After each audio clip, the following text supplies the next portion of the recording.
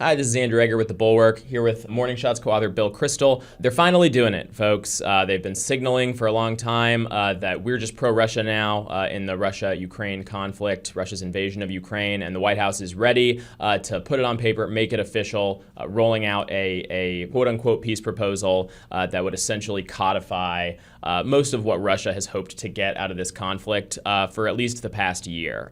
So we just wanted to break it down a little bit. Here's the headline from the New York Times just a little bit ago. Vice President J.D. Vance on Wednesday called on Ukraine to accept an American peace proposal that closely mirrors long-standing Russian demands, including a freeze of territorial lines in the 3-year war, acceptance of the annexation of Crimea by Russia, and a prohibition on Ukraine becoming part of the NATO alliance. There's been indications this has been the direction things have been moving, but here it is, kind of on paper. They're saying, Ukraine, it's time to accept this, or else is basically the line. What do you make of all this, Bill? Where are we today? So a couple of things. As you say, they've been going in this direction from, January 20th, or really since Trump's campaign.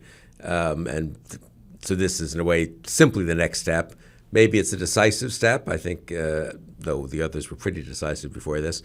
But I think it's a coordinated thing. I think that's one point to make. Trump pops off sometimes, Vance pops off, Rubio does, and you're not sure, well, have they really discussed this? Is this really the administration position? But if I'm not mistaken, today we have a Trump tweet, we have Vance speaking in India, and Rubio's office announcing that he won't go to this meeting in London that's supposed to work on the peace prospects and Ukraine-Russia related things. So clearly there's been a coordinated attempt to say, okay, this preliminary stage of abandoning Ukraine is coming to an end. And as you say, now we're into the full-scale abandonment of Ukraine. I mean, if one wanted to be nice to them, which I don't particularly, but one might say they may not be quite as it's not obvious 100% that they're entirely pro-Russia. They're just abandoning Ukraine. Yeah. Now, maybe that's a distinction without a difference. Neville Chamberlain abandons Czechoslovakia. He wasn't actually pro-Hitler exactly.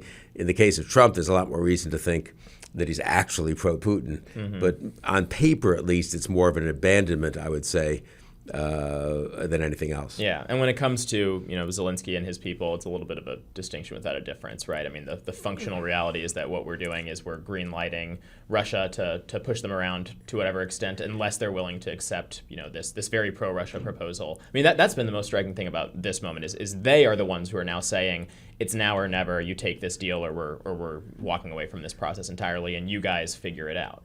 And incidentally, Putin has not accepted this proposal, even though it's correctly characterized as pro-Russia and in accord with lots of Russia's demands. It doesn't give them every single demand. Putin is perfectly capable of creating new demands if he wishes to. It's not clear Putin wants to have some kind of peace deal, because that might constrain Putin a little bit down the road. Maybe there'd be pressure on Trump to enforce the deal when Putin at some point violates it, which he surely would. Putin wants all of Ukraine, and he may think he can just wear down Zelensky. I think it raises lots of interesting questions going forward, though, because Europe has stepped up more than I expected over the last 2-3 months in the face of this Trump abandonment, which they saw coming. They can provide a fair amount of arms to Ukraine. They can provide some economic help. It's not like us, obviously, in terms of the arms capabilities, intelligence sharing. If we cut all that off, that could be damaging to Ukraine. On the other hand, I don't know. We've had people like Mark Hertling, 4-star general, writing in our pages, say not so obvious that Russia can just steamroll Ukraine. It probably makes it very hard for Ukraine to take back territory at this point. But maybe they can hang on. Maybe they get demoralized, on the other hand, if we're on the other side. So still a fair amount of fluidity, I think, on the ground. But it's a shameful thing. I mean, we're abandoning it. Why? I mean, they're not asking for soldiers. It's not Vietnam type situation. They're asking for a reasonable amount of military aid, but it's not much compared to everything else we do in the world. And it helps an ally and helps prevent Russia from focusing on other European countries it might want to mess with in the Balts and elsewhere. And so we're abandoning it because I'm not sure why. Because some of the MAGA right hates Ukraine, and because Trump sort of wants to be on the same side as Putin, I think. Don't you think? Yeah, I mean, I think it's kind of a combination of all those things, just this sort of vague sense that it's not America first to right. be involved elsewhere at all, and all of those things. The stuff you were saying about Europe is really interesting, because I remember all the way back at the beginning of this conflict when I think a lot of the question was how tough Europe was going to be standing. I mean, it was like, obviously America is going to stand up to Russia and help Ukraine out, but like Germany is going to be under a lot of pressure economically because of how how much they relied on certain Russian exports and things like that at that time. And now, a few years later, to see it so flipped, where the people who actually are suffering from the ongoing war, much more so than us, other European countries, who would be more materially interested in bringing this thing to a quick conclusion, are the ones who are standing firm, and we are the ones who are sidelining not only Ukraine but also them. That was what Rubio pulled out of yesterday, was a meeting with European officials to discuss some of this stuff. Yeah, I mean, it raises, and one big question, therefore, lurking out there is, how much can Europe do and how much can they do without us? I mean, they can say they're going to do a lot now, and I think they mean it sincerely. They can start to do a lot now.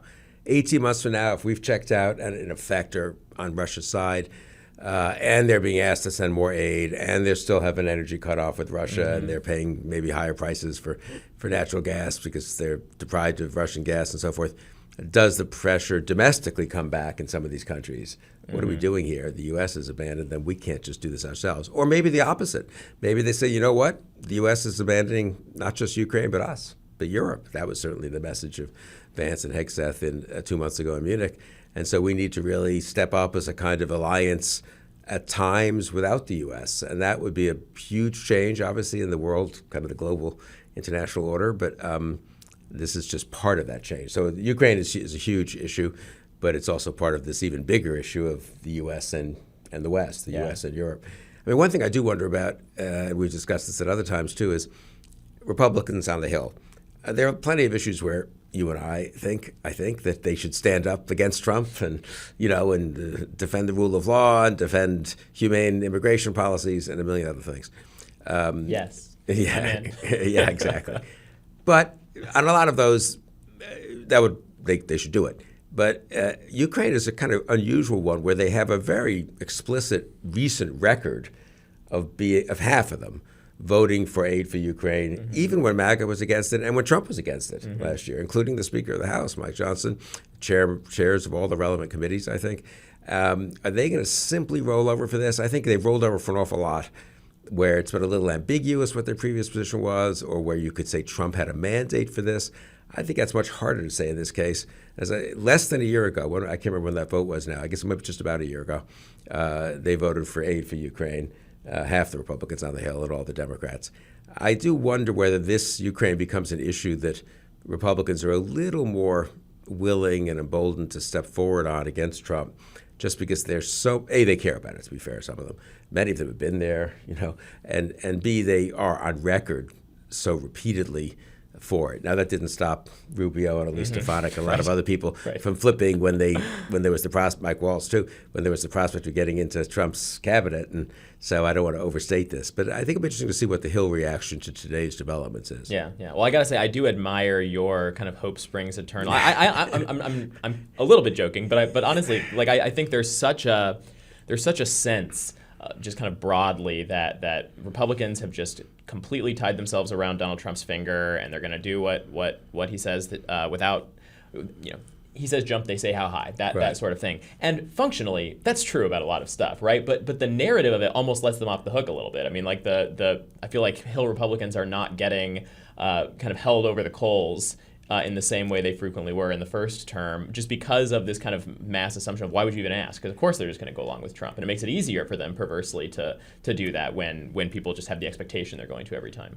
No, that's a really good point, and I think we've seen that happen. I suppose one thing that triggered that was that there were hopes, and I had them, that they would oppose one or two or three of these unbelievably unqualified cabinet nominees. And they didn't do that, and they all got confirmed except for Gates, I guess. He was pressured to pull out very early. But once the real process started in December, they all made it, despite stuff that came out, despite everything. And so I think that was a blow to people, including me, who thought, well, maybe a few of them will split on some things. But no, and then you were told, no, they can't do that because that's Trump's personal nomination. He cares about these people. They can split on some policy stuff over the next 2-3 months. They haven't done that. Now Hegseth is embroiled in this unbelievable mismanagement of the Pentagon. And so far, I think a couple of Republican House members have said he should go. But I don't think any Republican senators have spoken up. So people are right to be dubious about the Republicans on the Hill. But again, I think abandoning this admirable ally might be something they would want to say a word or two about. Yeah. I don't want to wallow in just sort of the grotesquerie of all this, but you did mention the Trump post earlier, and I do want to go through that a little bit here because it's obviously related to all of this stuff, but the way that he kind of assigns moral blame for how this all is going is just remarkable, and this was just an hour ago or so. Ukrainian President Volodymyr Zelensky is boasting on the front page of the Wall Street Journal that, quote, Ukraine will not legally recognize the occupation of Crimea. There's nothing to talk about here. This statement is very harmful to the peace negotiations with Russia in that Crimea was lost years ago under the auspices of President Barack Hussein Obama and is not even a point of discussion. Nobody is asking Zelensky to recognize Crimea as Russian territory. But if he wants Crimea, why didn't they fight for it 11 years ago when it was handed over to Russia without a shot being fired? Yada, yada, yada. It also Crimea houses major Russian submarine bases. Trump makes sure to get that in there. It's inflammatory statements like Zelensky's that makes it so difficult to settle this war. He has nothing to boast about. The situation for Ukraine is dire. He can have peace or he can fight for another 3 years before losing the whole country. He just goes on. I mean, like, it's really just striking. First of all, the deal that's been floated would involve U.S. recognition of the Russian occupation of Crimea, not necessarily Ukrainian recognition. So, like, the idea that Zelensky is expected the idea that Trump would get mad that Zelensky would say, well, we still think we have Crimea. That's what's in our Constitution. That's the way it is in international law. That's the way everybody has recognized it since Russia took Crimea.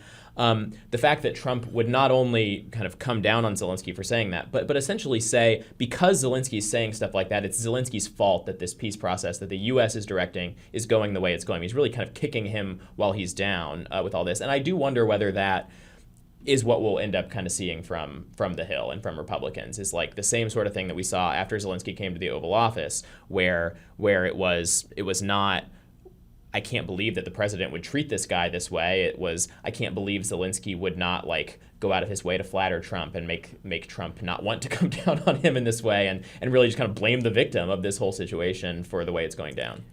Yeah, I think Trump sort of senses that if he just says, I'm staying out of it, as you said earlier, it's not America first, which would be correct, incidentally, in the sense if you really are an America first kind of isolationist, you say, what are we getting involved in this conflict about? But then, in fact, the natural sympathy to Ukraine and the fact that we have been helping them and the fact that it hasn't provoked a nuclear war and it hasn't dragged U.S. troops in or anything, people say, well, I don't know, we can keep helping Ukraine. That's not really inconsistent with not sending troops over there to fight. So Trump, in a way, has to sustain his policy, attack Zelensky and make it not attractive to continue the bipartisan policy that supported Zelensky for 3 years, 2.5 years, and not just bipartisan, but also the multinational policy, obviously us and all of our allies. So I think he almost, to explain to sort of Republicans out in the country what's the case for doing this? You have to lie and complain about Zelensky and make him a bit of an evil figure. Trump otherwise has said, you wrote about this a week ago or so, that Zelensky's kind of responsible for starting the war, or at least he's strongly implied that. Yeah, right? No, he's come out. He said come out and said it. He said, "Why? Wow, if you weren't confident you could win this war against this big country, why'd you start it in the first place?" Which is really amazing. So basically, I now qualify my earlier qualification of your statement that Trump is simply on Putin's side. Trump is simply on Putin's side.